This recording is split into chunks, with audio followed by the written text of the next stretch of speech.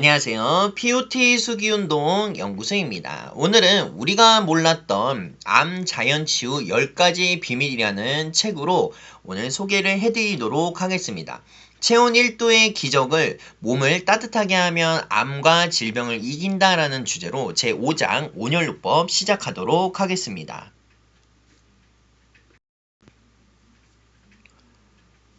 현대인들은 스트레스와 잘못된 생활 습관으로 몸이 쉽게 차가워집니다. 그래서 그 결과 면역력이 떨어지고 각종 질환에 노출되기가 쉽습니다. 오늘 PPT 발표에서는 체온과 건강관계 그리고 일상에서 쉽게 실천할 수 있는 온열건강법에 대해서 진행하도록 하겠습니다. 현대인들의 위험 신호입니다. 혹시 평소에 손발이 차갑거나 몸이 자주 피곤하고 그런 느낌이 있으신 적 있을까요? 또 쉽게 붓거나 감기가 자주 걸리시진 않으실까요? 이러한 증상은 단순한 피로가 아니라 체온 저하와 면역력 저하의 신호일 수 있습니다. 우리 몸은 체온이 떨어지면은 혈액순환과 세포 활동이 둔해지면서 면역세포의 기능도 감소하게 됩니다. 즉, 몸이 차가워질수록 질병에 더 취약해지는 가능성이 높아지는 것입니다.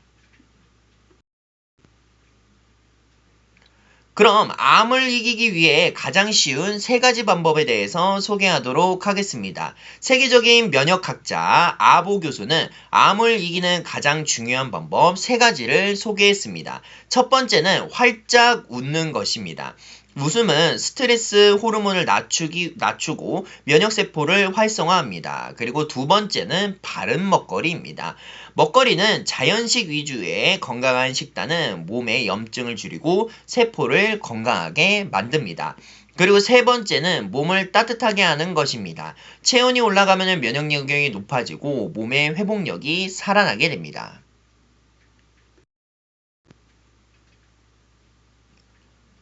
다음은 암세포가 가장 좋아하는 온도입니다. 흥미롭게 암세포는 낮은 체온 환경에서 더 활발하게 활동한다고 알려져 있습니다.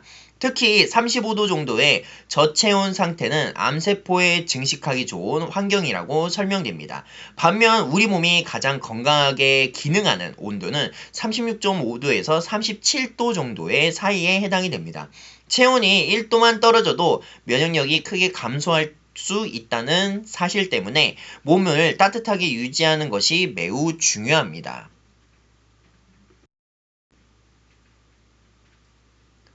그럼 몸을 차갑게 만드는 생활 습관은 무엇이 있을까요? 우리는 일상 속에서 자신도 모르게 몸을 차갑게 만드는 행동을 반복하고 있습니다. 대표적으로는 찬 음식, 찬 음료를 자주 마시거나 밀가루 음식, 가공식품을 과하게 먹는 습관이 있습니다. 또 샤워만 간단히 하고 목욕을 하지 않은 생활, 그 다음에 운동 부족과 역시 체온 저하의 원인이 됩니다. 이러한 습관들은 몸속 열 생산을 감소시키고 혈액순환을 방해하는 원인이 되기도 합니다. 그리고 출근할 때 우리가 가끔 아이스 아메리카노를 자주 먹게 되는데 이러한 습관도 우리 몸을 차갑게 만드는 생활 습관이 될 수가 있습니다.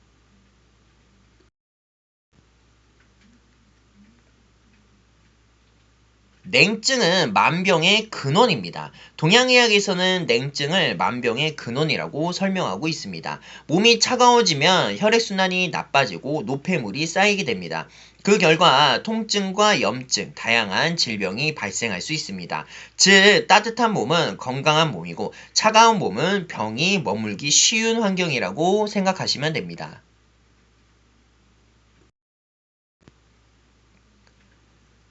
내 몸이 보내는 냉증 신호입니다. 우리 몸은 냉증 상태가 되면 여러 가지 신호를 보냅니다. 대표적으로는 다크서클이 심해지거나 입술이 푸르게 변하고 손발이 차가워질 수 있습니다. 또 쉽게 멍이 들거나 하지정맥류, 그 다음에 생리불순 같은 증상이 나타나기도 합니다. 이러한 증상들은 혈액순환 장애와 어열 상태를 의심해 볼 수 있는 신호입니다. 그럼 왜 열이 중요할까요? 열은 단순히 뜨거운 상태가 아니라 생명활동의 에너지입니다. 체온이 올라가면 혈관이 확장되고 혈액순환을 활발하게 해집니다. 그 결과 산소와 영양 공급이 원활해지고 노폐물 배출도 잘 이루어집니다. 무엇보다 면역세포를 활동이 활발해져 몸의 회복력이 높아지고 따뜻한 몸을 스스로 회복하는 힘을 가진 몸이라고 할 수 있습니다. 과학으로 본 온열의 효과를 보면은 실제로 온열 효과는 대한 연구도 이제 존재하고 있습니다. 일본 국립위생연구소의 실험에서는 암세포의 높은 온도 환경에 노출시켰을 때 암세포가 사멸되는 결과가 보고되었습니다. 반면 정상세포는 상대적으로 큰 손상을 받지 않았습니다. 이러한 연구는 암세포와 열에 약하다는 점을 보여주는 사례가 자주 소개됩니다.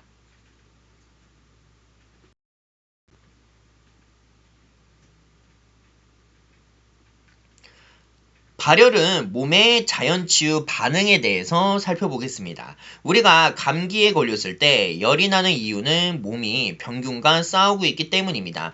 체온이 올라가면 백혈구 활동이 활발해지고 면역 시스템이 강화됩니다. 즉, 발열은 단순히 나쁜 현상이 아니라 몸을 스스로 회복하려는 자연치유의 반응이라고 볼 수가 있습니다.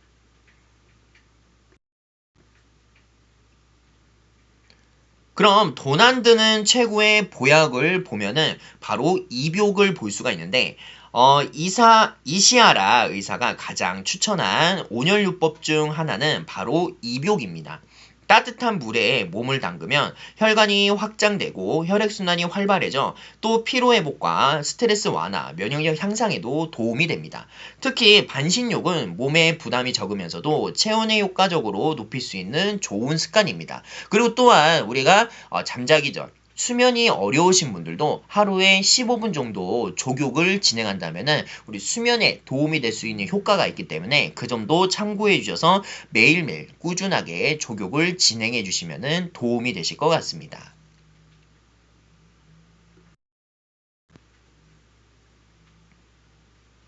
다음은 반신욕의 효과도 있는데 반신욕은 하체를 중심으로 몸을 따뜻하게 만들어주는 건강 습관입니다. 뭐 족욕도 있겠지만은 반신욕도 정말 도움이 된다는 내용입니다. 하체 혈액순환이 좋아지고 자율신경이 안정되면서 숙면에도 도움을 줄 수가 있습니다. 일반적으로 38도에서 40도 정도의 이하의 물 온도에서 2에서 30분 정도 진행하면은 우리 많이 추천되는 방법 중에 하나입니다. 그렇기 때문에 우리가 이러한 방법을 꾸준하게 진행해 준다면은 우리의 하체 순환, 그 다음에 자율신경 안정과 숙면, 그 다음에 근육 이완에도 도움될 수 있기 때문에 우리 한번 반신욕에 관심을 갖고 진행을 해보면은 좋을 것 같습니다.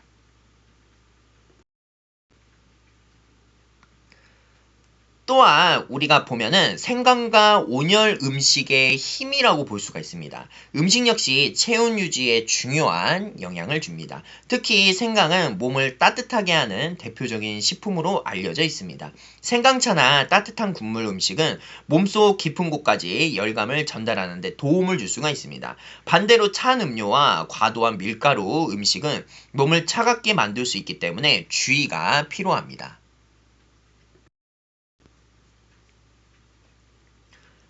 운동은 몸속의 난로라는 표현을 합니다. 우리의 몸의 근육을 열로 만드는 중요한 기관입니다. 따라서 운동을 꾸준히 하면은 체온 유지에도 도움이 됩니다. 가벼운 걷기 운동이나 스트레칭만으로도 혈액순환이 좋아지고 몸이 따뜻해질 수 있습니다. 특히 규칙적인 운동은 면역력 강화에도 매우 중요합니다.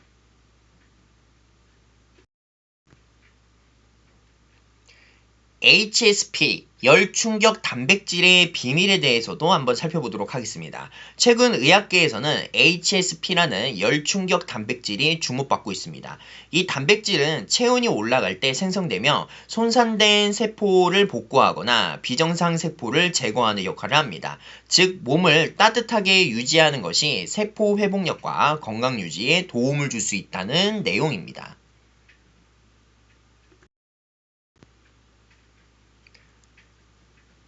그럼 오늘부터 실천하는 온열 건강법에 대해서 한번 소개하겠습니다. 건강을 위해 거창한 방법이 꼭 필요한 것은 아닙니다. 아침에 따뜻한 물을 마시고 생강차를 즐기고 또한 저녁에는 반식욕을 하는 이러한 작은 습관으로도 몸을 달라지게 할 수 있습니다. 또 하루 30분 정도의 걷기 운동을 하고 자연식 위주의 식사를 실천하는 것도 중요합니다. 작은 습관이 큰 변화가 온도의 체온에 높이고 건강한 몸을 만드는 시작이 될 수 있습니다.